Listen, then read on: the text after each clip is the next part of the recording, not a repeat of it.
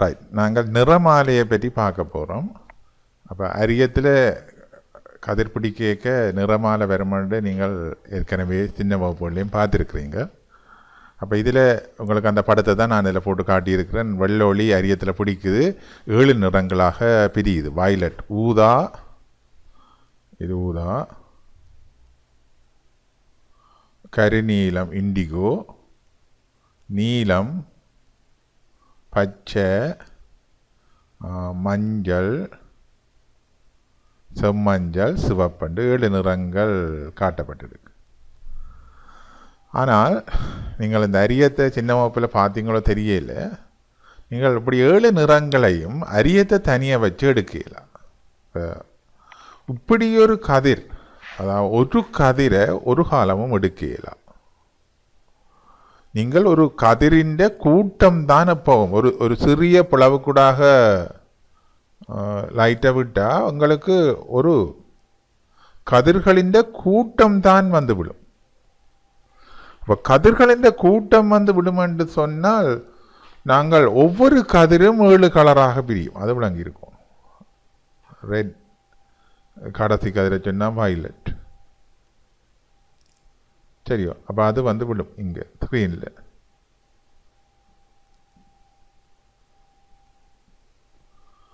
அப்போ இப்படி ஒவ்வொரு கதிருமே ரெட் வயலட், அதுக்கு 7 கலரையும் நான் சொல்லல. இப்படி 7 கதிர்களும் வந்து திருப்ப திருப்ப இந்த இடங்களுக்குள்ள கன கதிர்கள் கலர்கள் வந்து ஒன்றுக்கு மேலே ஒன்று விழுந்து இந்த கடைசி கதிரின் வயலட் அடியில் விழும்.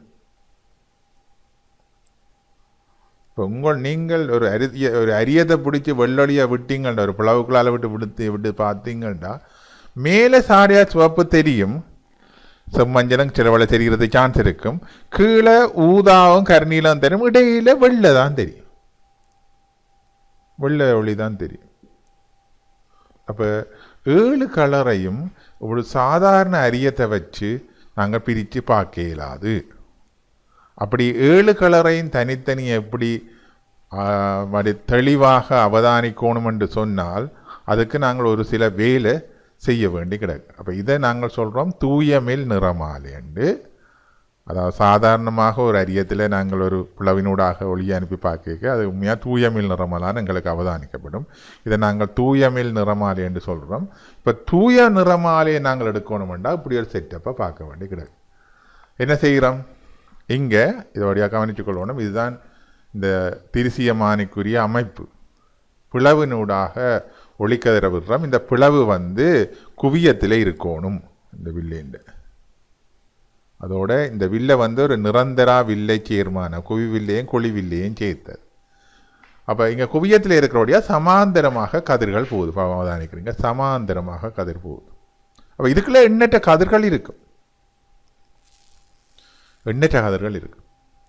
அப்போ சமாந்தரமாக போகிறபடியால் இங்கே விப்ஜோரா பிரியும். இப்போ ரெட் கலர் பிரியுது. 2 கதிரை தான் எடுத்து கதைக்கிறேன் ஏனென்றால் அதான் இல்லாட்டி இது படங்கள் கிளியர்லாம்.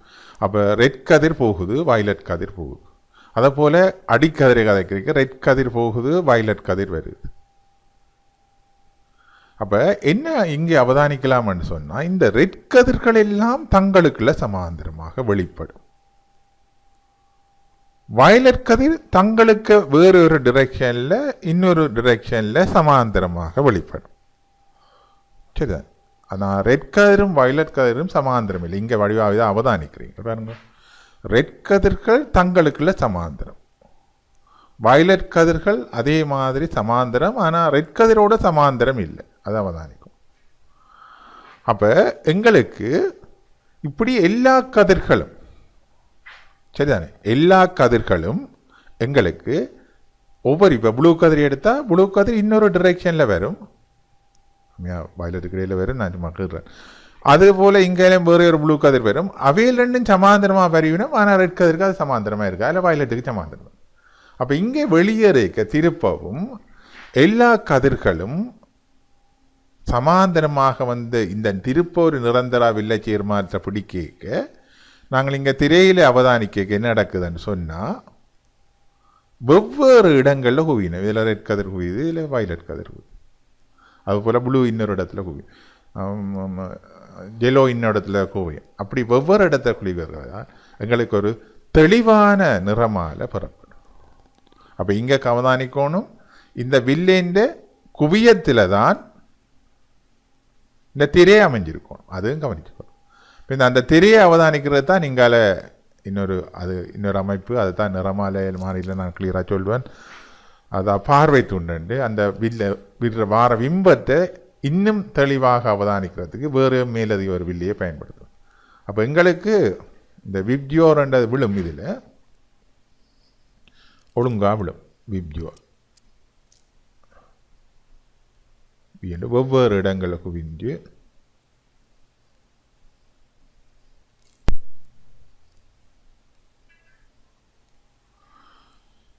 அப்போ இதில் இந்த ஜெலோ கதிர் விப்ஜியோர் ஒவ்வொரு இடங்களை வழியாக குவிஞ்சிருக்கும். அப்போ எங்களுக்கு கிளியராக பார்க்கக்கூடிய இருக்கும் 7 நிறங்களை. அப்போ இதுக்கு தான் இந்த அமைப்பு, இந்த செட்டப் தான் எங்களுக்கு தேவை தூய நிறமாலை எடுக்கிறது. அப்போ இதில் கவனிக்க வேண்டிய விஷயம் என்னென்றால், இந்த ஜெலோ கதிர் இருக்கல்லோ இந்த விப்ஜியோரில் இந்த மஞ்சள் நிற கதிர் தான் இந்த திருசியத்தின் மத்தியில் இருக்கிற கதிரன்னு சொல்லப்படும். ஆனால் மத்திய பார்த்தீங்கன்னா வேறு க்ரீன்னு தான் சொல்லுவீங்க. ஆனால் இந்த மத்திய கதிர் ஜெலோ கதிர்ன்னு சொல்லப்படும். அதாவது நாங்கள் வெள்ளொலிக்கு ஜெலோ கதிரின் முறிவுச்சுட்டியை தான் நாங்கள் கொடுக்கறதுக்கு காரணம் என்னென்றால், இந்த ஜெலோ கதிருக்கு மேலே இருக்கிற திருசியத்தின் அளவும் ஜெலோ கதிருக்கு கீழே இருக்கிற திருசியத்தின் பட்டையும் ஒரே அளவாக காணப்படும். அப்போ அதுதான் நாங்கள் ஜெலோ கதிர் மத்தியில் இருக்குன்னு சொல்கிறோம். உண்மையாக திருசியத்தின் மத்தியன்னு சொன்னால் பாருங்கள், இங்கால 3 கலர் அங்கால 3 கலர் க்ரீன் கலருன்னு தான் நீங்கள் நினைப்பீங்க. ஆனால் அப்படி பார்க்கல நாங்கள் அந்த திருசிய பட்டையை பார்க்குறோம். விழுகிற பட்டை, அந்த ஸ்க்ரீனில் விழுகிற பட்டை, இந்த ஸ்க்ரீனில் இப்படியே விழுந்தானே எல்லா கதிரும் உள்ள கேட்க அந்த பட்டையின் மத்தியை பார்க்குறேன். அந்த பட்டையின் மத்தி. அப்போ அந்த பட்டையின் மத்தி ஜெலோ கதிராக அமைய போகுது. அப்போ இதில் ஒவ்வொரு இந்த அமைப்பைத்தான் அப்படியே நாங்கள் திருசியமானிக்கு கொண்டு போகிறோம். அப்போ இதைத்தான் நாங்கள் பேர்ந்து நேர்வரிசையாக்கி என்று கதைக்க போகிறோம். சரிதானே? அதாவது சமாந்தரமாக ஒளிக்கதிரை வெளிவிடுற கருவி, சமாந்தரமாக வெளிவிடுறதான் அதன் நோக்கமாக இருக்குது, தொழிலாக அமையுது. இங்கே இதை தொலைகாட்டி என்று சொல்வோம். சரிதானே? திருசியமானில் இதை தொலைகாட்டி என்று சொல்கிறோம். அப்போ தொலைகாட்டி 2 பாகங்களாக பிரிக்கப்படும். ஒன்று அது நிறமாலை விழுகிற பகுதி. இப்போ இந்த நிறமாலை அவதானிக்கிறதுக்கு பிரம்பா ஐபீஸ் என்ற ஒன்றும் கிடக்கு. அப்போ அதுவும் 2 பகுதியும் சேர்ந்தது தான் இந்த தொலைகாட்டி. மற்றது அரியத்தை வைக்கிறதுக்கு இதில் ஒரு மேசை இருக்குது. இந்த அமைப்பைத்தான் நாங்கள் திருசியமானி என்று சொல்ல போகிறோம். அப்போ இங்கே திருசியமானி என்ற ஒரு படத்தை நீங்கள் பார்க்குறீங்கள். இங்கே நான் அந்த ஏற்கனவே சொன்ன பாகங்களை காட்டுறேன். நேர்வரிசையாக்கி, இதுதான் நேர்வரிசையாக்கி அம்புக்குறியில் காட்டப்பட்டிருக்கு. அப்போ அதில் இன்னொன்று இதில் பிளவொண்டு இருக்குது, அதை கவனிக்கணும். அதை நான் முன்பக்க வியூவில் படத்தை எடுத்து காட்டுவேன், பிளவு எப்படி செப்பம் செய்கிறேன்ட்டு. அதை செப்பம் செய்கிறதுக்கு இந்த திருகு காணப்படும், இந்த பிளவின் பிம்பத்தை கூட்டி குறைக்கிறதுக்கு. இந்த ஸ்க்ரூ நேர்வரிசையாக்கிய செப்பம் செய்கிறதுக்கு பயன்படுத்தப்படுகிறது. மற்றது இந்த ஸ்க்ரூ அரிய மேசையை உயர்த்தும் திருகண்டு கிடக்குது. உண்மையாக அரிய மேசையின் நிலையை மாற்றலாம் இந்த திருக மூலமாக. மேலகளை தூக்குறதுக்கு இந்த திருகை பயன்படுத்துகிறோம். இதை அரிய மேசை என்று சொல்லிக்கொள்கிறோம். இதுதான் அரியம் வைக்கப்பட போகுது.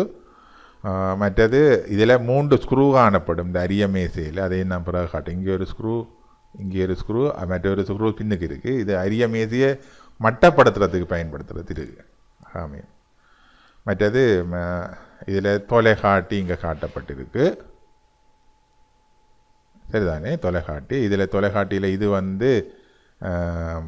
ஐபீஸாக காணப்படும். சரிதானே? அப்போ இதில் இந்த தொலைகாட்டியை நாங்கள் இந்த ஸ்க்ரூவை கொண்டு இறுக்கி விட்டோம் என்று சொன்னால் பேருந்து அலைக்க தேவையில்லை. தொலைகாட்டியை இதை நெருக்கி, அதாவது ஸ்க்ரூவை பிடிச்சி இறுக்கினோம் என்று சொன்னால் இந்த தொலைகாட்டியை நாங்கள் பேருந்து அசைக்கலாம். அப்போ பேருந்து சிறிய அட்ஜஸ்ட்மெண்ட்டுக்கு எப்படி இந்த நீங்கள் இந்த உங்களுடைய நகர நுணு காட்டிய மேசையை இறுக்கி போட்டு பேருந்து சிறிய அட்ஜஸ்ட்மெண்ட்டுக்கு பயன்படுத்துகிறோமே, அதை போல் இந்த திருகு அந்த சிறிய அட்ஜஸ்ட்மெண்ட்டுக்கு பயன்படுத்துகிறது. சரிதானே? தொலைகாட்டின் சிறிதாக நகர்றதுக்கு இந்த ஸ்க்ரூவை பயன்படுத்தி. அப்போ இது நேரடியாக ஃபிக்ஸ் பண்ணோம்னு சொன்னால் தொலைகாட்டி நிலையாக இருக்கும். அதே போல் வேர்னியர் ஸ்கேலுக்கும் இப்படி திருகுகள் காணப்படுகிறது. சிறிய வேர்னியர் அட்ஜஸ்ட்மெண்ட்டுக்கு இந்த திருகாகவும் மற்ற வேர்னியர் இதை நிப்பாட்டுறதுக்கு இந்த திருகும் காணப்படுது. சரிதானே. அப்போ இவ்வளவு திருகுகளும் பாகங்களும் தான் இந்த திருசியமானியில் காணப்படுது. இதில் 3 பாகங்களை தான் நாங்கள் பிரதானமாக கதைக்கிறது. நேர்வரிசையாக்கி, அரியோ மேசை, மற்றது தொலைகாட்டு. சரிதானே. அப்போ இதில் நாங்கள் இந்த திருசியமானியை எப்படி செப்பம் செய்கிறதுன்றதை நாங்கள் பார்க்க போகிறோம். சரியோ. அப்போ திருசியமானியை எப்படி செப்பம் செய்யலாம்னு பார்க்க போகிறோம். அப்போ ஒவ்வொரு பகுதியாக நாங்கள் செப்பம் செய்ய போகிறோம். செப்பம் செய்கிற ஒழுங்கு மிக பிரதானம்.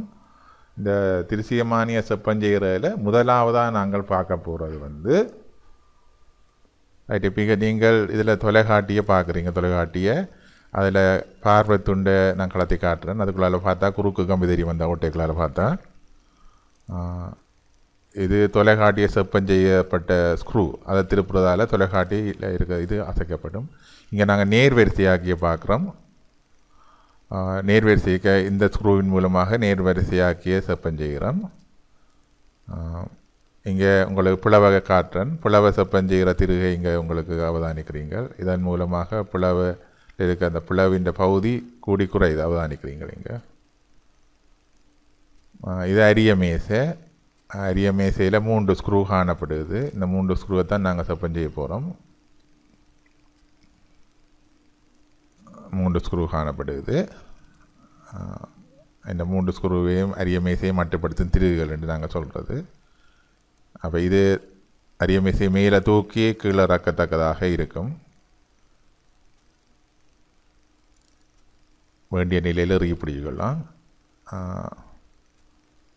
இது தொலைகாட்டி தான் அசையக்கூடிய பாகம். அதை தெரிஞ்சிருக்கணும். தொலைகாட்டி அசையக்கூடிய பாகம். அதை வேண்டிய நிலையில் இறுகி பிடிக்க கொள்றதுக்கு இந்த திருவை பாவிச்சுக்கணும். இப்படி இறுக்கிவிட்ட வேண்டாம் தொலைகாட்டியை நீ அசைக்கலாம். சரிதானே. ரைட். அப்போ இனி நாங்கள் தொலைகாட்டி எப்படி செப்பம் செய்கிறதுன்றதை பார்ப்போம். ரைட். திருசியமானியை செப்பம் செய்கிற ஒழுங்கு பிரதானம். முதலாவதாக தொலைகாட்டியை செப்பம் செய்யணும். சரிதானே. தொலைகாட்டியை செப்பம் செய்யணும். பேருந்து நேர்வரிசையாக்கிய செப்பம் செய்யணும். அடுத்த அரிய மேசையை செப்பம் செய்யணும். இந்த ஆர்டர் பிரதானம். தொலைகாட்டியை முதல் செப்பம் செய்யணும். அடுத்த நேர்வரிசையாக செப்பம் செய்கிறோம். இப்போ இந்த அரிய மேசையை செப்பம் செய்யணும். ரைட். தொலைகாட்டியை எப்படி செப்பம் செய்கிறேன்னு நாங்கள் பார்க்க போகிறோம். இப்போ நாங்கள் தொலைகாட்டியை செப்பம் செய்ய போகிறோம். அதற்கு தொலைவில் உள்ள பொருளை அவதானிக்கிறோம். இந்த அவதானிக்கிற பொருள் தலைகீழாக குறுக்கு கம்பியில் தெளிவாக தெரியத்தக்கதாக இந்த ஸ்க்ரூவை செப்பம் செய்து கொள்ளுவோம். அப்போ நாங்கள் இங்கே தொலைவில் உள்ள பொருளை அவதானிக்கிறோம். அந்த அவதானிக்கிற பொருளின் பிம்பம் தெளிவாக தெரியத்தக்கதாக நாங்கள் தொலைகாட்டியில் உள்ள திருகை திருப்போம். இப்போ குறுக்கு கம்பியில் இந்த பொருள் தெளிவாக தெரியத்தக்கதாக நாங்கள் தொலைகாட்டியில் உள்ள திருகு செப்பம் செய்யப்படும். தலைகீழாக தெரியுதுன்றதையும் அவதானிச்சுக்கணும். என்னோட பிம்பம் தொலைகாட்டியில் தலைகீழாக தெரியுமென்றதும் உங்களுக்கு தெரிஞ்சிருக்கணும். ரைட். இங்கே இதில் நீங்கள் சோடியம் லேம்பை பார்க்குறீங்க. இந்த சோடியம் லேம்பை நாங்கள் ஒளிர பண்ணி இதை பிளவுக்கு முன்னால் வைக்கணும். இது நேர்வரிசையாக்கிய செப்பம் செய்கிற ஸ்க்ரூவை நாங்கள் திருப்பி இதுன்றோம். இதில் இந்த ஸ்லிட்டை மிக மெல்லிதாக செப்பம் செய்யும். இதுதான் அந்த ஸ்லிட்டின் இடைவெளியை மாற்ற திருகு. அதை அட்ஜஸ்ட் பண்ணி ஸ்லிட்டை மெல்லிசாக செப்பம் செய்யணும். மெல்லிய இடைவெளியாக செப்பம் செய்யணும். இதுக்கு பிறகு தான் நாங்கள் அரிய நேர்வரிசையாக்கிய செப்பம் செய்ய துவங்குறோம். பிறகு நாங்கள் தொலைகாட்டியை நேர்வரிசையாக்கிக்கு நேர கொண்டு வந்து போட்டு தொலைகாட்டி கூடாக இந்த பிளவிண்ட பிம்பத்தை அவதானிப்போம். இந்த பிளவிண்ட பிம்பம் தெளிவாக தெரியத்தக்கதாக நேர்வரிசையாக்கின்ற திருகு வந்து செப்பம் செய்யப்படும். இப்போ பிளவிண்ட பிம்பம் தெளிவாக இருக்கும். அப்போ நேர்வரிசையாக்கி செப்பம் செய்தல பார்த்து நாங்கள் அந்த நேர்வரிசையாக்கி செப்பம் செய்யல கதிர்வரி படம் இப்படித்தான் அமையப்போ. முதல் தொலைகாட்டியை செப்பம் செய்யக்கு நாங்கள் முடிவெடுக்கிறோம். தொலைகாட்டி சமாந்தர கதிரை ஏற்றுக்கொள்ளக்கூடியதாக அமைஞ்சது. இப்போ நேர்வரிசையாக்கிய செப்பம் செய்யக்க நேர்வரிசையாக்கிலேருந்து வெளிக்கிற கதிர்கள் சமாந்தரமாக அமையுது. ஏனெண்டா தொலைகாட்டியில் பார்க்கலாமன்னா சமாந்தரமாக தான் அமையும். அதே நேரம் கவனிச்சிருப்பீங்கள், நான் நேர்வரிசையாக்கியில் இருக்கிற ஸ்க்ரூவை தான் செப்பம் செய்யலாம். இங்கே தொலைகாட்டியில் இது விதத்துலேயும் கை வைக்க இல்லை. அதையும் கவனிச்சுக்கொள்ளும். அப்போ நேர்வரிசையாக்கி செப்பம் செய்து ஸ்க்ரூவை செப்பம் செய்து தான் நாங்கள் சமாந்தர கதிரை பெற்றினாங்க. அப்போ அப்படி என்றைக்கு எங்களுக்கு இந்த கதிர்வெறிப்படம் இப்படி தான் அமையப்போகுது. அப்போ நேர்வரிசையாகி செப்பம் செய்ததில் கதிர்வெறிப்படம் தெரிஞ்சிருக்கணும். இங்கே திரையில் விழுகுது பிம்பம், அதை நாங்கள் பேர்ந்து ஒரு ஐபீஸால் அவதானிக்கிறோம் தொலைக்காட்டியில். இது விருப்பம்னா நீங்கள் கீறாம விடலாம், ஆனால் இப்படி தான் நம்மையாக நடக்குது. சரிதானே? அப்போ நாங்கள் இனி அடுத்ததாக பார்க்க போகிறது அரிய மேசையை செப்பஞ்செய்தல்னு பார்க்க போகிறோம். இப்போ இந்த அரிய மேசையை செப்பஞ்செய்யக்கு நாங்கள் முதல் அரியத்தை மேசையில் வைக்கிறதுக்கும் ஒரு முறை இருக்குது. இப்போ அரிய மேசையை நீங்கள் ஏற்கனவே பார்த்த நீங்கள் அதில் 3 திருகு இருக்குது. அந்த 3 திருகில் அவதானிச்சிங்கன்னா 2 திருகு நான் திருப்ப உங்களுக்கு காட்டுறேன். இந்த 2 திருகுகள் தொடுக்கிற கோடு வரும். அந்த கோட்டுக்கு அரிய முகம் ஒன்று செங்குத்தாக அமையுமாறு, அரியத்தின் ஒரு முகம் செங்குத்தாக அமையுமாறு நாங்கள் அரியத்தை இதில் வைக்கணும் மீசையில். சரியா? செங்குத்தா. அப்போ அதை பார்ப்பீங்க என்னென்னா அந்த கோடு வந்து முறிவடையாமல் அந்த முகத்தினூடாக அவதானிக்க அரியத்தினூடாக அவதானிக்க அந்த கோடு முறிவடையாமல் பார்த்துக்கொள்ளணும். அப்படின்றக்க அது செங்குத்தாக இருக்குன்ற அர்த்தம் இந்த ஒரு முகத்துக்கு. அதே நேரம் இந்த அரியத்தின் இந்த முறிவு கோணம் மையம் அரிய மையத்துக்கு அரியத்தின் மேசையின் மையத்துக்கு அண்மையாக அமையுமாறும் பார்த்துக்கொள்ளணும். அதையும் கவனித்து கொள்ளணும். சரிதானே? ஆக கொண்டு இங்கே நுனியை இங்கே வைக்கிறதில்ல. சரியா? ஓரளவு மையத்துக்கு கிட்டவாக அமையுமாறும் பார்த்துக்கொள்ளணும். அப்படி 2ஐயும் கவனித்து தான் நாங்கள் மேசையில் அரியத்தை வச்சுக்கொள்ளணும். அப்போ மேசையில் அரியத்தை வச்ச பிறகு அரியத்தை இந்த கொலிமேட்டருக்கு அதாவது நேர்வரிசையாக்கிக்கு நோக்கத்தக்கதாக நாங்கள் அரிய மேசையை பேர்ந்து நாங்கள் கலத்தி திருப்பிக் கொள்வோம். அதான் உங்களுக்கு தெரிந்த ஸ்க்ரூ எல்லாம் கலத்துறது. அப்போ நேரடியாக இப்படி அமையுமாறு சரியா இங்கே நேர்வரிசையாக்கிய நோக்குமாறு நாங்கள் அரிய மேசையை திருப்பிக் கொள்வோம். சரிதானே? அப்போ வார ஒளிக்கதிரின் படம் ராய் இங்கே நீங்கள் அவதானிக்கிறீங்கள். அரிய கொலிமேட்டர்லேருந்து ஒளிக்கதிர் வெளியேறி இங்கே அரியத்தின் முகத்தில் தெறிப்படை. அப்போ தெறிப்படைக்கு நாங்கள் தொலைக்காட்டியை இங்கே கொண்டு வந்தோம் என்று சொன்னால் இந்த தொலைக்காட்டி கூடாக பிளவின் பிம்பம் அவதானிக்கப்படும். அப்போ பிளவின் பிம்பம் நீங்கள் தொலைக்காட்டிக்குள்ளால் அவதானிக்க இந்த அரிய மேசை லெவலாக இல்லாட்டில் இங்கே நீங்கள் அவதானிப்பீங்கள் இப்படி ஒரு குறுக்கு கம்பிக்குள்ள இந்த பிளவு கீழேயோ அல்லது மேலே எங்கேயோ நிற்கும். சரியோ? கீழேயோ அல்ல மேலே எங்கேயோ நிற்கும். அப்போ நீங்கள் இதில் ஒரு திருக இதில் இப்போ நாங்கள் இதில் காட்டியிருக்கிற திருகு எக்ஸ் வை செட்டுன்றது இந்த அரிய மேசையை செப்பஞ்செய்கிற திருகு. சரிதான்? இதில் ஒரு திருகை எடுத்து வை என்ற திருகை திருப்ப இங்கே கீழே பார்த்தீங்களா அந்த திருகு இந்த மேசை கீழே திருப்ப இந்த பிளவின் பிம்பம் மேலே ஏறி சரி நடுவில் வரும் அல்லது கீழே இறங்கி சரி நடுவில் வரும். 2 நிலைமையில் நீங்கள் அவதானிக்கணும் என்னென்றால் அதாவது இந்த பிளவில் சரி நடுவில் வரத்தக்கதா. நடுவண்டு பிளவுக்கு நேரம் கொண்டு வரணும்னு அவசியம் இல்லை. அதை அளவீடு எடுக்க தான் கொண்டு வரணும். சரியாக மேல் பாதியும் கீழ்ப்பாதியும் சமனாக அமையுமாறு வரையும் இந்த வையண்ட திருக செப்பஞ்சியும். அதுக்கு பிறகு தொலைக்காட்டிய திருப்புறது அடுத்த முகத்தின் தெறிப்பால் உருவாகிற பிம்பத்தை அவதானிக்கத்தக்கதாக திருப்புறது.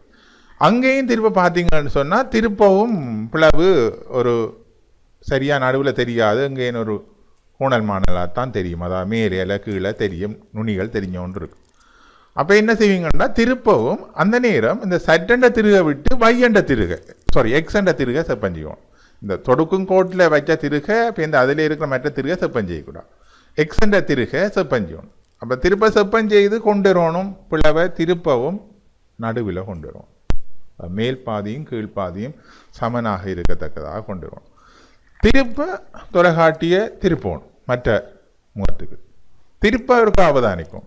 அப்படி அவதானிக்க திருப்பவும் நீங்கள் சில வேளையில் அது கொஞ்சம் மாறுபாட்டாக இருக்க காணலாம். அப்போ திருப்ப வைய செப்பஞ்செய்து சரி நடுவில் கொண்டு வருவோம். திருப்பணும். அங்கேயும் திருப்ப அவதானிக்கணும். திருப்ப பிளவு நடுவில் தெரிகிறான் இல்லையென்றா திருப்ப செப்பஞ்செய்தல் எக்ஸில் செய்யும். இப்படி மாறி மாறி, அதாவது தொலைக்காட்டிய இங்காலையும் திருப்பி திருப்பி ரெண்டு நிலைகளிலேயும் இந்த பிளவு சரியாக நடுவில், அதாவது மேல் பாதியும் கீழ்ப்பாதியும் சமனாக தெரியத்தக்கதாக நாங்கள் செப்பஞ்செய்ய நடைபெற்று கொண்டிருக்கோம். அப்படி நடுவில் தெரிஞ்ச பிறகுதான் நாங்கள் முடிக்கிறோம். அதாவது இந்த அரிய மேசை செப்பஞ்செய்யப்பட்டு விட்டேன். அப்போ ஒரு நேரத்தோடு விடக்கூடாது, திருப்ப திருப்ப நோக்கணும். பிளவின்ற பிம்பத்தை நோக்கி இந்த பிளவின்ற பிம்பம் சரி நடுவில் தெரிகிற நிலைமையில தான் நாங்கள் இந்த அரிய மேசை செப்பஞ்செய்யப்பட்டு நாங்கள் முடிவுக்கு பெறும். நாங்கள் இப்போ அரிய மேசையை செப்பஞ்செய்கிறத பார்க்க போகிறோம். இங்கே அரிய மேசையில் 3 திருகுகள் காணப்படுது.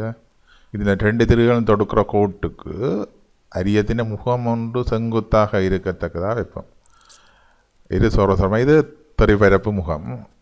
இதை கொண்டு வந்து நாங்கள் இங்கே அரியத்தின் தொடுக்கிற கோட்டுக்கு செங்குத்தாக வைப்போம் அரியத்தை.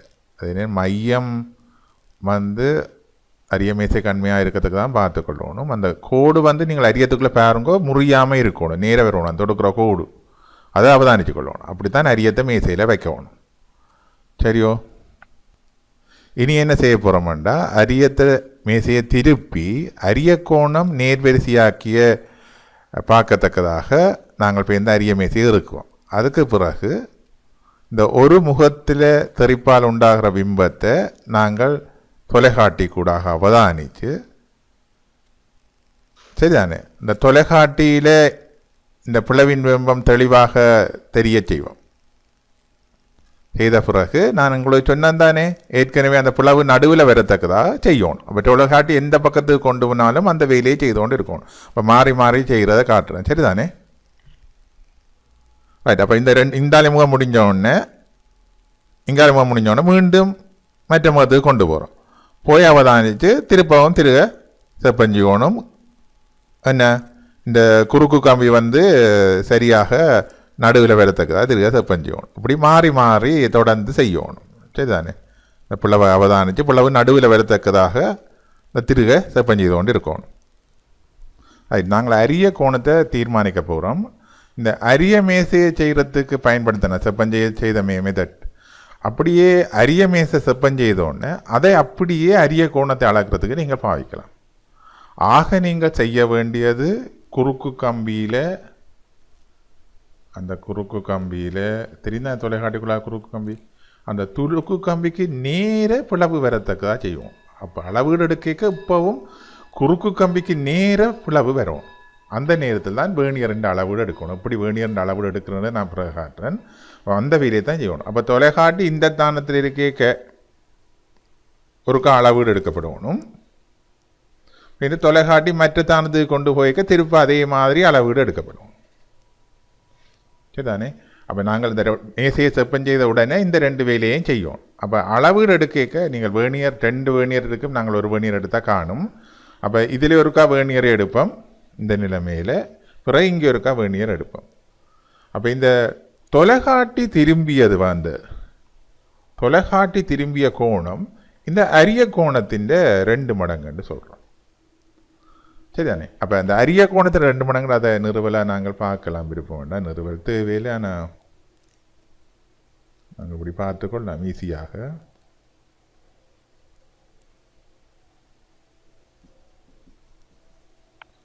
அப்போ இது அந்த அருகு கோணத்தை நீங்கள் எக்ஸ்டெண்ட் வச்சிங்கன்னு சொன்னால் ஒன்றோகிட்ட கோணத்தின் அடிப்படையில் இது எக்ஸாக வரும், சரியானே? இது எக்ஸ்டெண்டா, இதுவும் எக்ஸ் தான். இதுக்குள்ளே உள்ள கோணங்கள் சமனாக வரபடியா இந்த கோணமும் எக்ஸாக தான் இருக்கும். அப்போ இதுவும் ஒன்றோகிட்ட கோணமாக வரும் எக்ஸ்டெண்ட். அப்போ இது 2x வந்தால் இது 2x வரும் ஒன்றோகிட்ட கோணத்தின் அடிப்படையில். அதை போல் நீங்கள் இதை y போட்டு இதே மாதிரி நிறுவலாம். இது 2y, இப்போ நான் நிறுவின போல் இதை y. அப்போ நீங்கள் அவதானிச்சிங்கன்னா இங்கே அரிய கோணத்தின் இந்த தொலைக்காட்டி திரும்பினது வந்து 2 மடங்காக அமையும், விளங்குதோ?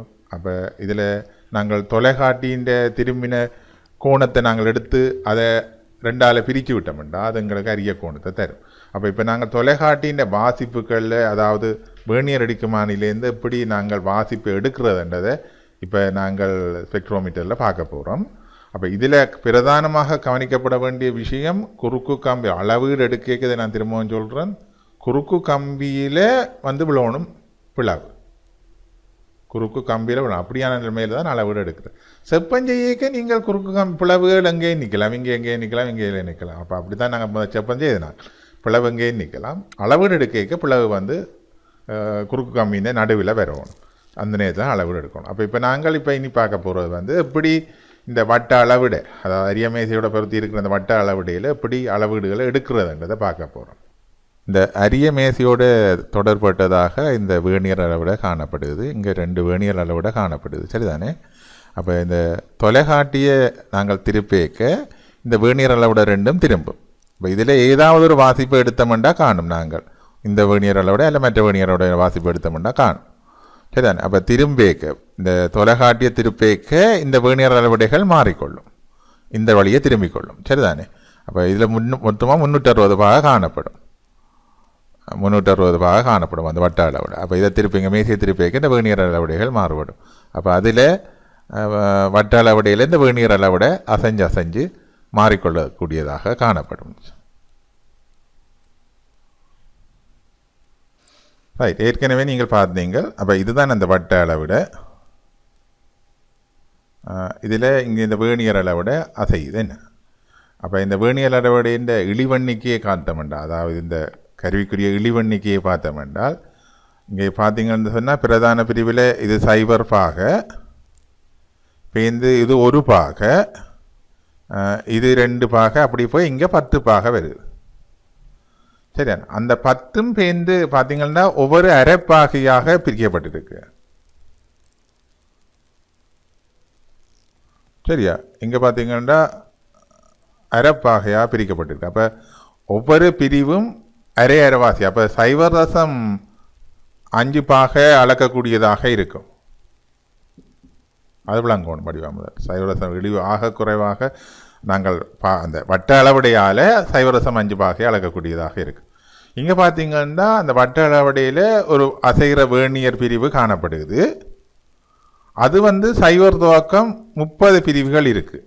அப்போ இது சாதாரணமாக நீங்கள் ஏற்கனவே பேசிக் ஃபிசிக்ஸில் படித்த அந்த வேணியர் தத்துவம் தான். அங்கே எப்படி 10 பிரதான பிரிவோட 9 பிரதான பிரிவோட 10 வேணியர் பிரிவு பொருந்துதோ அதே மாதிரி தான் இங்கே இப்போ 29 இம்மளம் பார்த்தீங்கன்னா 29 இப்போ இம்மளவும் 10 கதை கேட்க அங்கே 20 வரும், 20 பிரிவுகள் வரும். இங்கால பார்த்தீங்கன்னா 9 பிரிவு வருது, சரியா? அப்போ 29 பிரதான பிரிவோட 29 பிரதான பிரிவோட 30 வேணியர் பிரிவு பொருந்து. அப்போ ஒரு வேணியர் பிரிவு என்னென்னு வரப்போகுது? ஒரு வேணியர் பிரிவு சமன் 29/30 பிரதான பிரிவு, சரிதானே? அப்போ அது உங்களுக்கு தெரியும். ஒரு பிரதான பிரிவு ஏற்கனவே சொல்லி போட்டேன் 0.5 பாக, அது அரைப்பாக. ஆகவே ஒரு வேணியர் பிரிவு சமன் 29/30 தர அரை என்று போட்டால் நாங்கள் பாகையில் எடுத்துக்கொள்ளலாம். அப்போ இழிவண்ணிக்கு என்ன? ஒரு பிரதான பிரிவு இழிவண்ணிக்கேண்டா நாங்கள் வளமையாக சொல்கிறோம். நாங்கள் அங்கே வேணியர் எடுக்குமானிலே கதைச்சிட்டோம். ஒரு பிரதான பிரிவு ஒரு வேணியர் பிரிவு.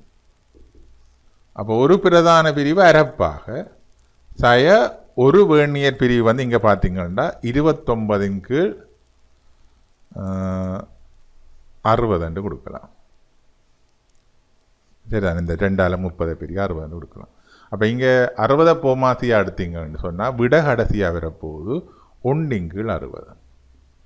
இப்போ 1/60 பாகை கவனமாக இருந்தோம். அப்போ அதை நாங்கள் என்னென்னு சொல்கிறோம்? நாங்கள் ஒரு கலை என்று சொல்கிறோம் நாங்கள். என்ன?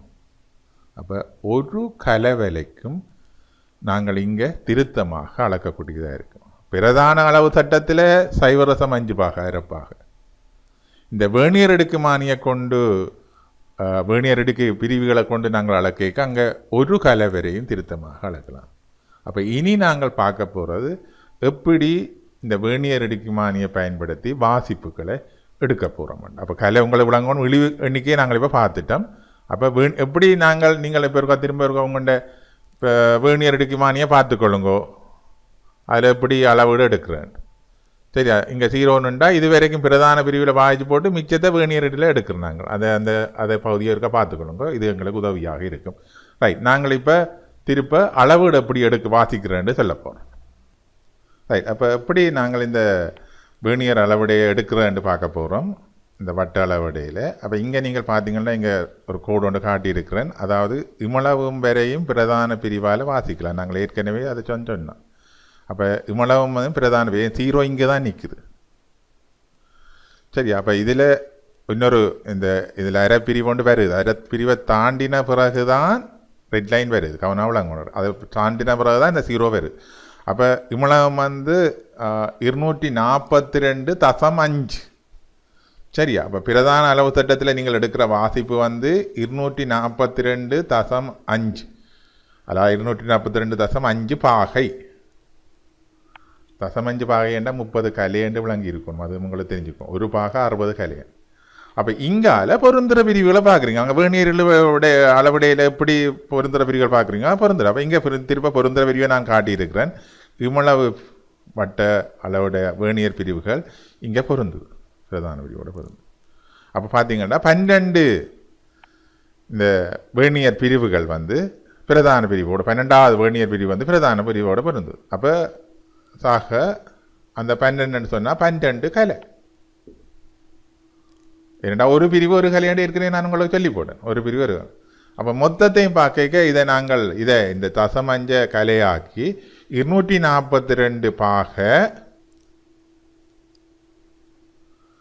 இது 30 42 கலையண்டு இந்த வாசிப்பை கொடுக்கும். அப்போ ஒரு இப்படி வாசிப்பு அளவீடுகள் போடப்பட்டிருக்கு. உதாரணத்துக்கு 94ஆம் ஆண்டு இந்த படத்தை போட்டு அந்த வாசிப்பை எவ்வளோண்டு கேட்டுருக்கிறான்.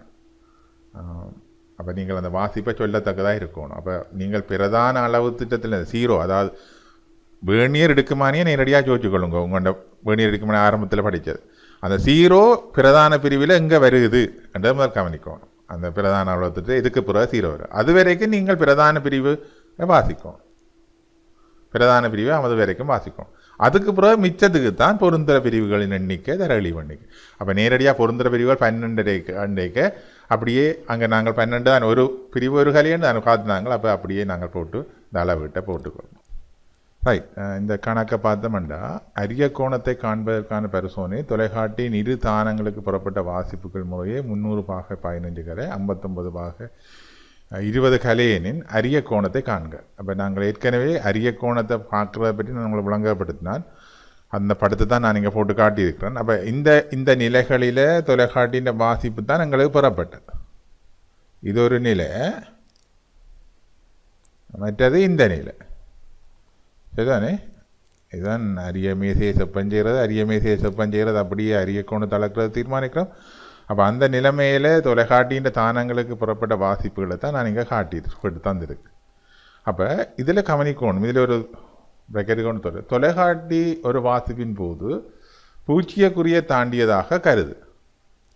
அப்போ என்னென்னா இப்போ நாங்கள் தொலைக்காட்டி ஒரு இந்த வட்டமேசையோடு தானே சுற்றும்.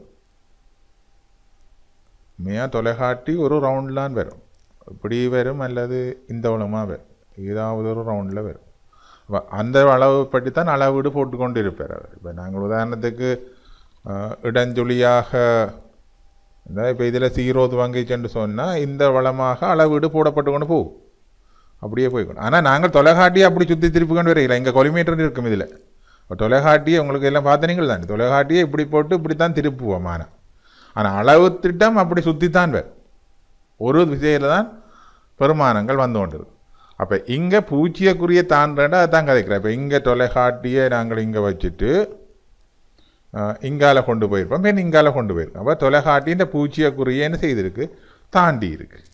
அப்போ அதில் தான் ஒரு வாசிப்பு 59 பாகை 20 கலை. இப்போ இந்த வளமாக தொலைக்காட்டி பெருமானங்கள் பார்க்க போடப்பட்டிருக்கிறதா கதைச்சா கீழே அரியமேசை கீழே வேணியர் அளவீடுகள்.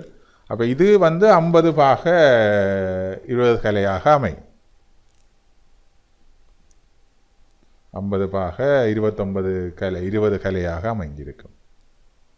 சரியா இவ்வளவு.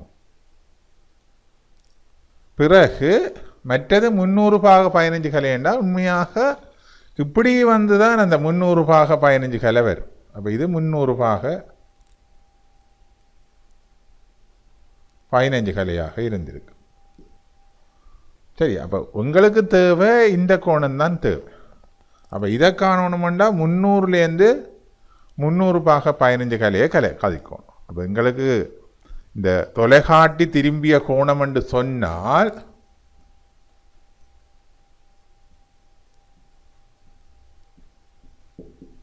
திரும்பிய கோணம் என்று சொன்னால் என்ன வேற போக சொல்லுங்க பாப்போம். இந்த கோணத்தையும் கூட்டணும். அதுதான் தொலைகாட்டி திரும்பிய கோணமாக இருக்கும். தொலைகாட்டி கோணம். அப்போ 59 பாக அப்படி நேரடியாக சைவர்லையும் திருத்தோடைய 50 பாக 59 பாக 20 கலையை அப்படியே போடலாம். நேரடியாக சைவர்லேருந்து வாசிக்கப்பட்ட வாசிப்பு. இங்கே 300 பாக 15 கலை எங்களுக்கு உண்மையாக இந்த கோணம் தான் தேவைன்றபடியால் இங்கேயும் தான் வாசிப்பு வந்தபடியால் நாங்கள் 360லேருந்து கூட. அப்போ இது சாக 360 பாக 300 பாக 15 கலை என்று போடுவோம். சரிதானே. அப்போ இதுதான் தொலைகாட்டி திரும்பிய கோணம். அப்போ இதை நாங்கள் பார்த்தோம்னு சொன்னால் 59 பாக 20 கலை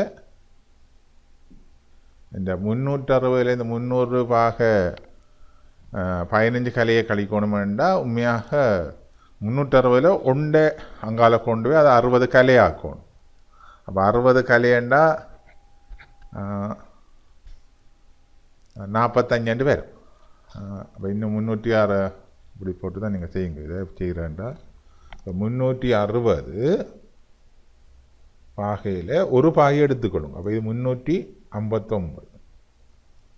இந்த ஒரு பாகையை 60 கலையாக்குங்க. சரியான. இங்கே கீழே 300 பாக